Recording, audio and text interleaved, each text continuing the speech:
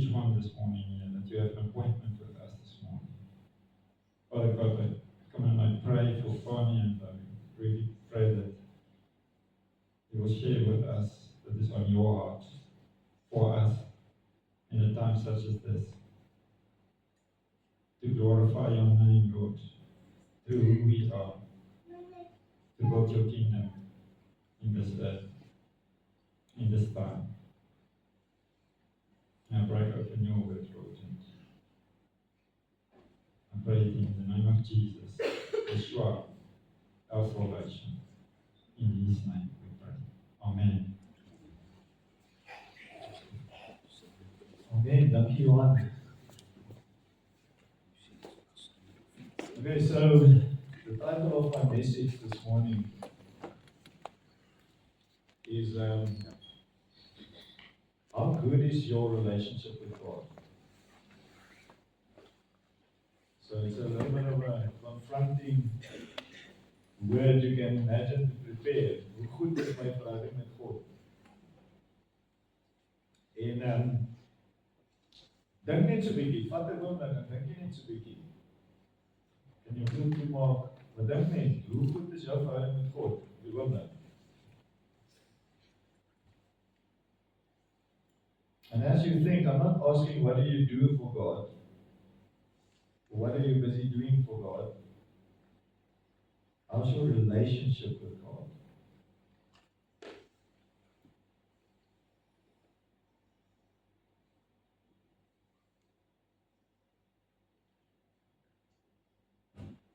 Now, if you were to give yourself a mark out of 10, if it can help you, where are you? 6, 5, 8?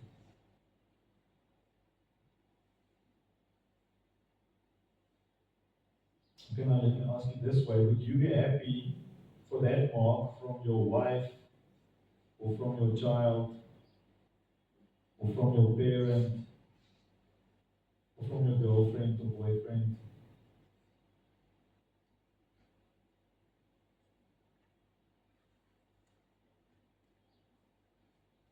I trust that God through His Word will help us to just unlock something. How do I improve my relationship with God? And because there's always been an attack on this one thing, our relationship with God. It's the one thing that Satan has been attacking from the beginning. Van die begin af was die duiwel se plan dat ons nie verhouding met God moet hê. God se plan was van die begin af ek wil verhouding hê met almal. Ek wil verhouding hê met my mense. But Satan will do anything to get us out of our relationship with God. But these, at the very least, try to get us to have a very bad relationship with God. It's just a transactional relationship, or it's just a very shallow relationship. And you and I know that to go from a bad relationship to no relationship is not very difficult. Sing a song. En die duiwel se plan is om ons verhouding net te breek. Maak dit swak genoeg sodat dit net stop. Just make it that I'm not going to start reading my Bible again because I know so far behind, or I'm not going to pray because it's not working anyway. Whatever you might fall into that bracket this morning is, but how good is my relationship with God?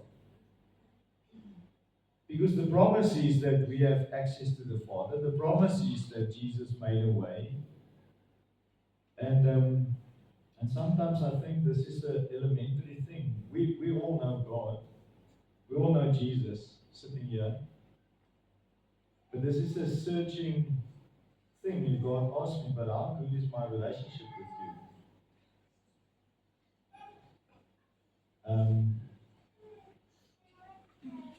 So in the beginning, God made us in His image. We are body, soul, and spirit. And God is the Father, the Son, and the Holy Spirit. It's the Trinity. We have three parts. Because God said, let's make us man in our image, in our likeness. We are made like God. We are created like God. And the idea was to have a relationship with us. The true worshippers must worship Him in spirit and in truth. So there's that spiritual aspect when we except Jesus. In Genesis 3, verse 8, Adam and Eve heard the sound of the Lord God walking. Now, this is after they ate of the fruit. Walking in the garden in the cool of day, and the man and his wife hid themselves from the presence of God among the trees of the garden. Ons mis baie wat hier staan. Elke middag, elke laatmiddag, as dit koel raak, as die son sak, dan kom God en hy stap saam met Adam en Eva. Every afternoon, ek sien vir ons middagstap. Where are you? Why are you hiding? So God had this idea. It wasn't a once-off. Many times in your Old Testament, if you go and read carefully, you will often find that this man walked with God. Abram walked with God. Moses walked with God. David walked with God. Most of the prophets, they walked with God. We have this concept of a person walking with God. And Genesis 5:22 to 24, die Afrikaanse vertaling sê, nadat hy Methuselah verwek het, het Enoch 300 jaar lang naby God geleef. Hy het seuns en dogters verwek. Enoch het altesaam 365 jaar lang geleef. Enoch het naby God geleef. Hy was nie meer daar nie, want God het hom weggeneem. The English translation says he walked with God. He walked with God, and one day he was no more because God took him. It's interesting that Enoch lived a year for every day of the year. 365 years. And maybe his life is just a reminder that we must walk with God every day of every year. It's just my interpretation, it's not written there, but 365 years. The man who walked with God, the first man who never died, he just went to be with God. And Isaiah wrote in chapter 64, verse 1, "Oh, that you would rend the heavens and come down, that the mountains might quake at your presence." As u God maar net die hemel wil oopskeer en afdaal en by ons kom woon. Die Ou Testament, die mense het die uitroep gehad, die honger, kan God net by ons kom wees? Can we just have our God with us? Because all these pagans have their God in a temple with them. Our God is somewhere. And you often find this in scripture where in the Old Testament it's this cry, it's this desire for God's closeness, His presence. Can God just come and be with us, come and be with His people again? So how do we get close to God? How do we see to it that our relationship with God gets better? What is the enemy's strategy to get us away from God? Because since Jesus rose from the dead, we can be very close to God. So close that He dwells in us. Ephesians 2 verse 22. In Jesus, you also are being built together into a dwelling place for God by the Spirit. God dwells in us. God wants to dwell in us. Now, how is it possible if God says, I'm going to dwell in you? That when I ask the question, where's my relationship? And this week when God asked me, what is my relationship? Not how am I preparing a sermon for today, or how am I doing our Bible reading plan, because Wednesday evening we're going to discuss it. How's my relationship with you, Fani? And then I must stop and think, but how is it? Am I looking forward to spend time with God? Do I really want to hear what He says? Or can I really listen to what He wants to say to me?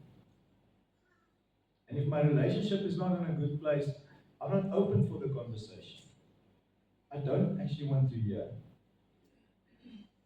So God made us His dwelling place. But here's the thing, God cannot dwell with sin. So this is actually a great miracle that it is possible for God to come close to sinners, that He can have a relationship with sinners. And that is why you and I need Jesus. Because we need the blood of Jesus to wash us clean from sin. As Jesus se bloed ons nie skoon was nie, kan God se Heilige Gees nie in ons kom woon nie. As ons so by 'n plek kom waar ons uitroep na Jesus en sê, Here, was my skoon, kan ek nie nader aan God kom? So, for our relationship with God to start or to exist, you and I need cleansing.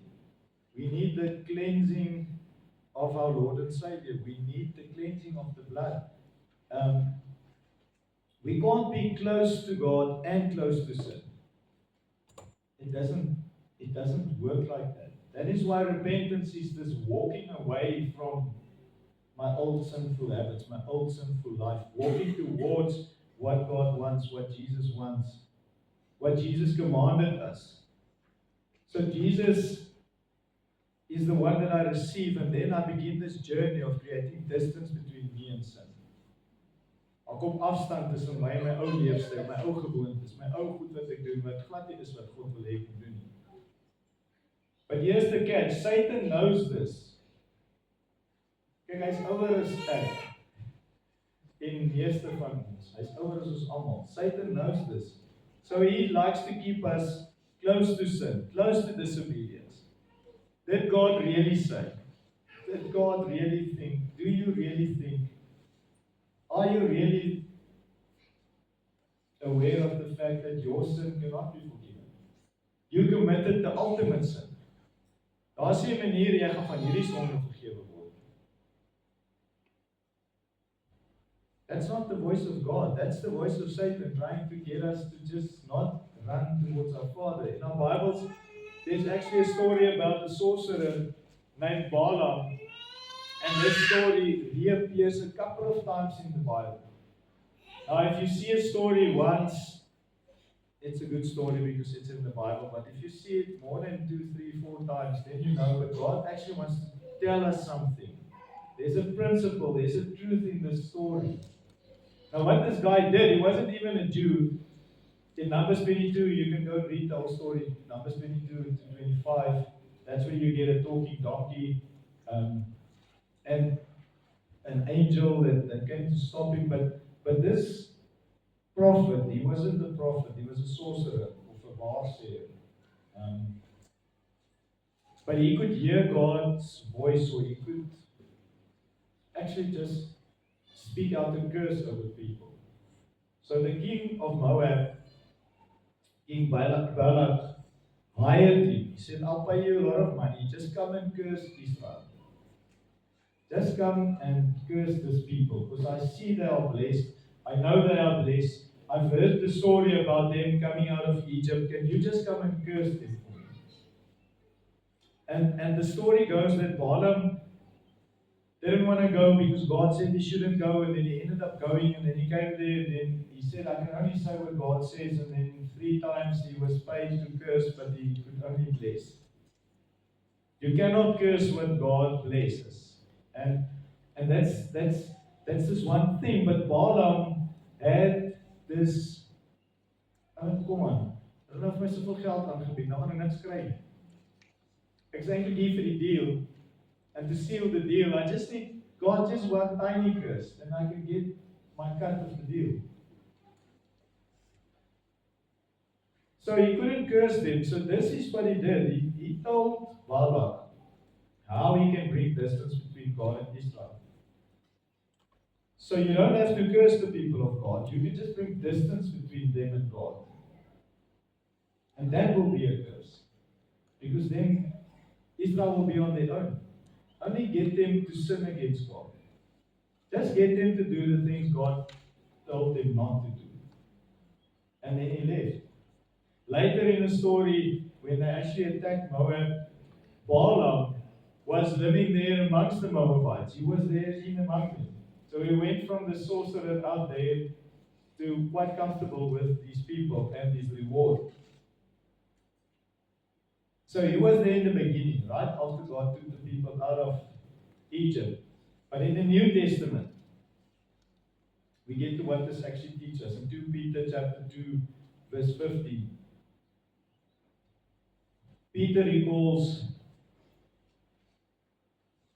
omdat hulle, Israel, die reguit pad verlaat het, het hulle verdwaal, en hulle begewe op die pad van Balaam, die seun van Bosor, wat lief was vir onregmatige geld. So Peter recalls that they left because in Numbers 25, God struck Israel with a plague because of them having relationships with the Moabite woman and actually worshipping the Moabite gods. And Peter is recalling and saying, daai mense het verdwaal want hulle het geluister na ou wat sê, hier's 'n pad ver weg van God af, hier's 'n lekker pad, hier's 'n beter pad. Now this story, like I said, is an example for us because it's again mentioned in Jude verse 11 and in Revelation 2 verse 14 where Jesus writes a letter to the church. This guy pops up again and Jesus says, I have a few things against you, the church in Pergamum. You have some there that hold to the teaching of Balaam, who taught Balak to put a stumbling block before the sons of Israel, so that they might eat food sacrificed to idols and practice sexual immorality. Hier is vir die kerk. Jesus praat met die kerk. Hy sê vir die kerk, luister julle wat die kerk is. Julle is besig om mense te leer om die goed te doen wat ek nie vir julle gesê het. You have some there among you who hold to this teaching of Balaam. He taught the people by putting a stumbling block before them. Saying, it's not, God is so gracious. God will just, don't worry, God is love. And for homework, you guys can go and research how many times God is love. Like, not the love of God or God loves us, just God is love. How many times that you can find it in your Bible? Dan kan jy die volgende week vir my kom sê. Because we think in our modern Bible it's written all over the Bible. God is holy, God is righteous. Those are written many times, but God is love. Go do some research. But this relationship between me and God is something I must fight for, because this church, Jesus is saying, you guys are following me, you have a church, but your love for me and how you follow me and how you have a relationship with me is not fitting. It is, you allow these other teachings that say, and what he said is, it's not that bad. I know God said it, but come on. We're all human. I know God said it, but it's 2026. I know this was his plan, but surely he would adapt to time. And somehow these things just slip in. So this is a relationship I must fight for. There's nothing I can do to deserve this relationship with God. Ek kan niks doen om 'n verhouding met God te verdien nie. Only Jesus did that. Only Jesus gave it. By faith we are saved through grace, faith in the Son of God. But I must really want this relationship more than anything. That's the story of the Bible. That's some of the stories Jesus told us was, do you really desire this more than anything? Do you really see this as a pearl of great value? Do you really see this as the most valuable? Not that anything else has got no value, but compared to God, it's got no value. Nothing. But again, we justify and qualify, I get sy waardes daar. But he's saying, get eternity perspective. Because that's where my relationship is in eternity. My relationship is not here.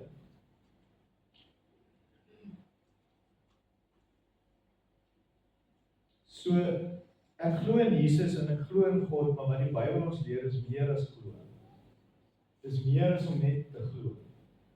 Jakobus sê, die duiwels glo ook in Jesus en hulle sidder.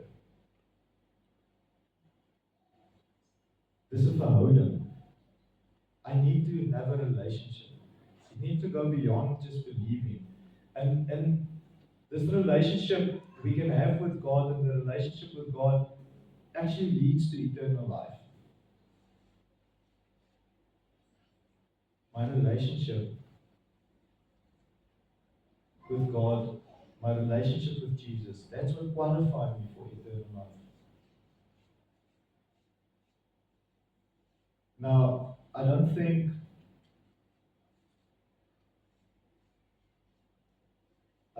we often willfully get to this place. I believe the story of Balaam is here to remind us that there's these voices that Satan brings, things that happens, that thing that was done to you by the church, by people in church, that thing that the man of God brought this word, the man of God gave me this thing, and it just breaks my relationship with God, because how can this, what I experience here, and to some of us it's that thing. That day when you were hurt, you felt like, but where were God in that moment when this thing happened to me? Why didn't He just stop them? Why didn't He just stop me? Why didn't and that conversation just carries on, but God, you were nowhere. You weren't there. You weren't there when this happened. And some of us can relate to that. Some of us can relate to the pain of the divorce, or the pain of a child just walking out on you and going his own way and rejecting his family. Some of us can just relate to backsliding, or the relationships being just broken up, and the why. And trust me, Satan will bring you a whole bunch of whys, a whole bunch of reasons. But his aim is to sever that relationship with God. It's just a mess. And Satan loves this. En wat gebeur op die ou end is ek hou vas aan sonde. Ek hou vas aan bitterheid, ek hou vas aan onvergifnis, ek hou vas aan 'n klomp goed wat my verder wegvat van God. The things that I hang on to, the unforgiveness, the unrepentant sin, the bitterness that grows out of it, those are the things that I'm stuck with. That church that hurt me, they went on. That person that denied me, he went on. He doesn't even know that I'm still stuck. That person that hurt me, he's living his life to the full. And these things, I realize, some things cannot be undone. Some things cannot be undone. We can't go back and not do it, not have it happen. It happened. But you must come clean before God. Come to God with all honesty and say, God, this is what happened. I want to come clean. God, I want to forgive that person. He doesn't even know that he did it, but I want to forgive him. In all honesty, I repent of the things I have done or allowed to happen, and I forgive those that did something against me. And this is tough. This is tough, but doing this will restore your relationship with your Father. Our Father in heaven wants a restored relationship. He just wants us to bring it into light. Say, Father, I want no more to do with this. I want to walk away.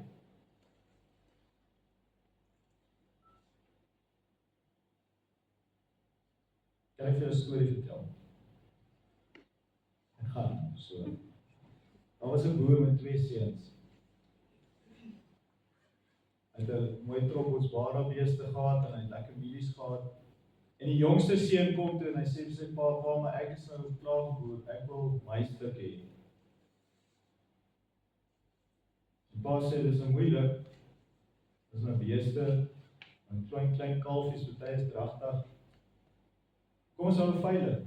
So die seuns met krale opslaan, beeste merk, veiling hou, mielielande opdeel, besluit watter deel van daai lande oupa nog gemaak. Daai beeste kom van oupa grootjie af. En hulle hou die veiling, en toe die veiling klaar sê die seun, okay pa, maar gee my deel. Die seun vat die geld en hy koop vir mekaar en hy gaan Johannesburg toe. And in Joburg he held big parties and lots of drinking and lots of nightclubs and lots of girls, and eventually the money ran out. Eventually there was nothing left. So this young man ended up on the streets in Joburg. It's not a nice place to be. He slept underneath the highway until one morning he couldn't take it anymore. So he started walking back to the Free State. If I start past that in his story because he wanted to get free. He couldn't take it anymore. So he rose up and he started walking. And he hitchhiked. Car is gone, money is gone, everything is gone. And he hitchhiked and a big old trucker picked him up. The driver gave him a lift. And he came down the N1 and he had verkeer the fly. He got off. And he started walking the gravel road. Soos hy by grondpad stap, sien hy, hier is daai ou hek wat nooit lekker kon oopmaak, hier is daai boom wat hy so goed ken, sy windpomp. En onthou nog elke stukkie van hierdie pad. It's been such a long time. By hulle ou plaas ek huiwer, hy kan nie. Hy kan nie deur die hek stap nie. Na alles wat hy gedoen het. Na alles wat hy sy pa en sy broers en sy familie forceer het om te doen. Die spoedvee, die plaas wat verkoop is. Maar voor hy kan omdraai en wegstap, hoor hy daai bekende stem, my seun, jy lewe. My pa kom aangehardloop, sy pa omhels hom. And he said, Father, I have sinned against heaven and before you. I'm no longer worthy to be called your son. I've messed up big time. We will never have what we had. But the father said to his servants, bring quickly the best robe and put it on him.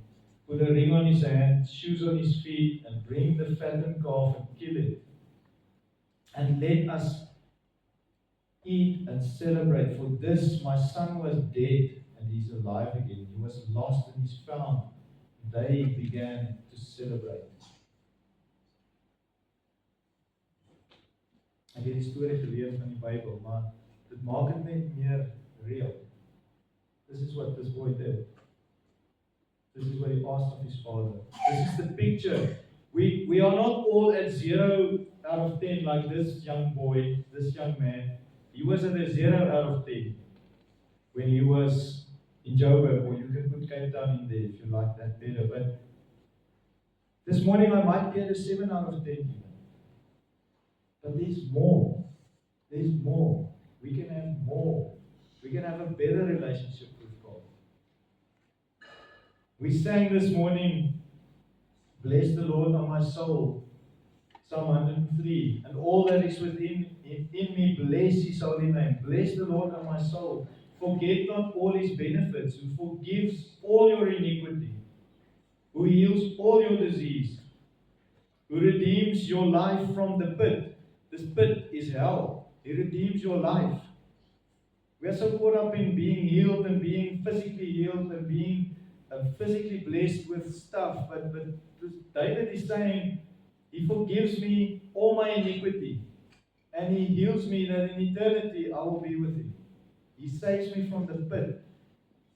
Who crowns you with steadfast love and mercy. Later on he says, as far as the east, in verse 12, is from the west, so far does he remove your transgressions from you.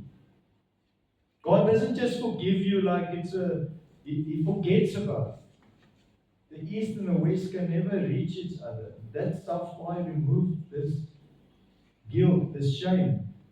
Kolossense 2 vers 13. Julle was dood, deurdat julle gesondig het, deurdat julle sondige natuur nog nie weggeneem was nie. God het julle egter saam met Christus lewendig gemaak, deurdat hy ons al ons sonde vergewe het. Die gelykenis van die verlore seun is nie net 'n storie nie. It's a reality. Jesus was saying, this is real. This is how real it gets. And the father in the story is God the Father. That's how he waits for us. That's how he longs for us to come home. There's only one place or one instance that the whole of heaven gets quiet. The Bible actually says it. If one person turns to Christ, the whole heaven goes goes quiet, see this happen, and then rejoice. The only thing for which the whole of heaven rejoices is for one sinner to come back to the Father's house. Exactly like the parable. Stop everything. We are not harvesting anymore. Stop die strope. Ons gaan nou beeslag. Ons gaan nou fees vier. My kind is terug. That's the picture of heaven. It's this big festival. Our God is a loving Father who waits for everyone willing to come back to Him. No matter where you are today, no matter where you end up in life, the Father is always waiting. And that's the lie Satan wants us to stop believing. That He's waiting.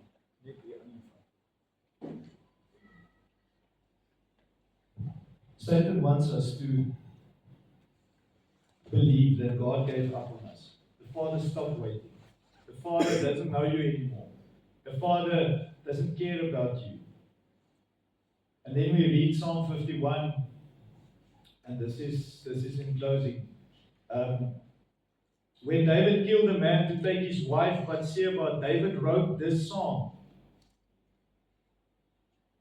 And I think often the enemy convinces us to run away from God because we've sinned against God.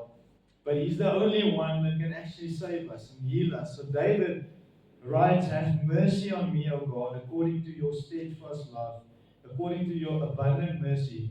Blot out my transgressions." I've killed a man, I've took his wife, I've done wrong things, but God have mercy on me. Blot out my transgressions. Wash me thoroughly from my iniquity. Cleanse me from my sin. For I know my transgressions, and my sin is forever before me. Against you, you only have I sinned and done what is evil in your sight.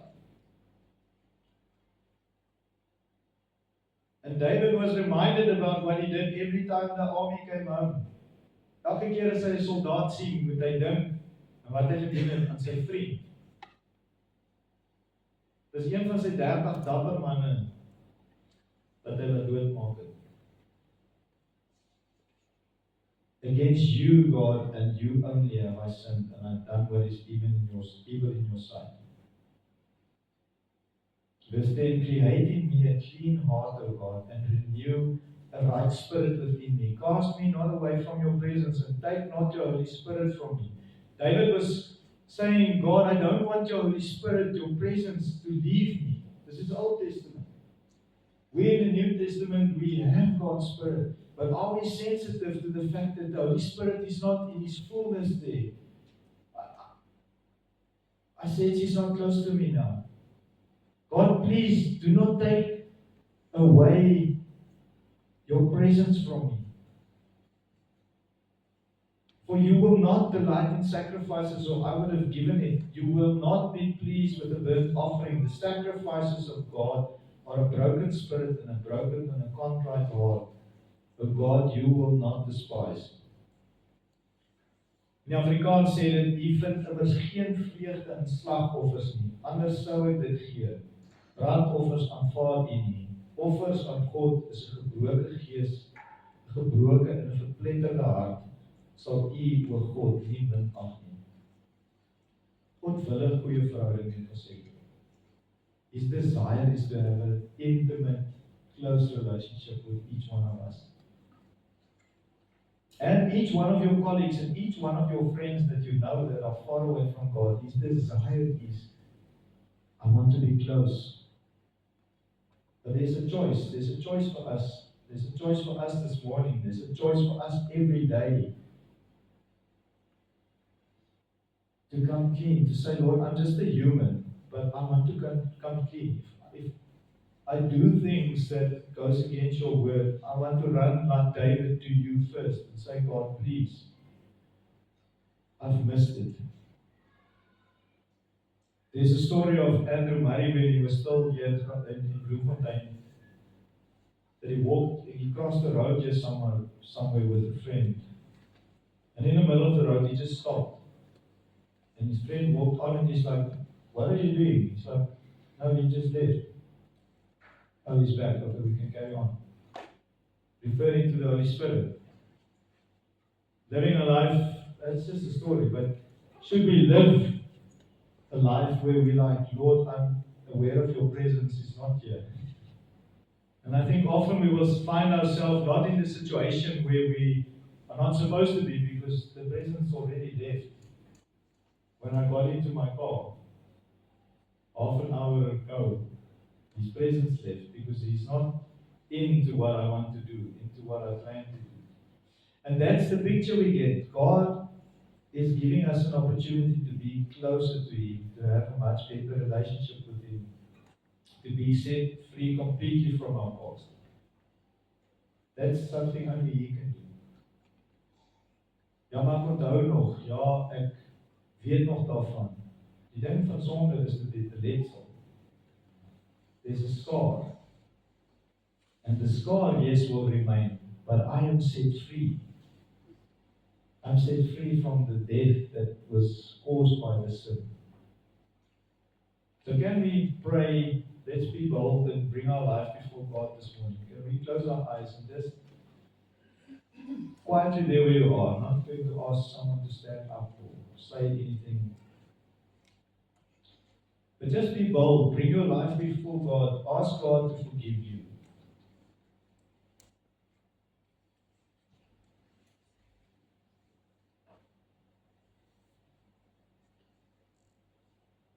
And yes, even if you are saved, it's not to forgive you for salvation. It's, God, please forgive me for neglecting my relationship with you.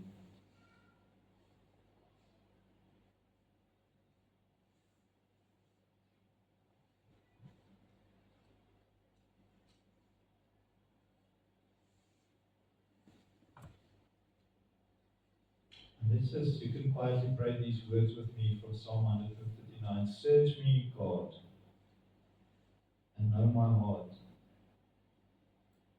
Test me and know my anxious thoughts.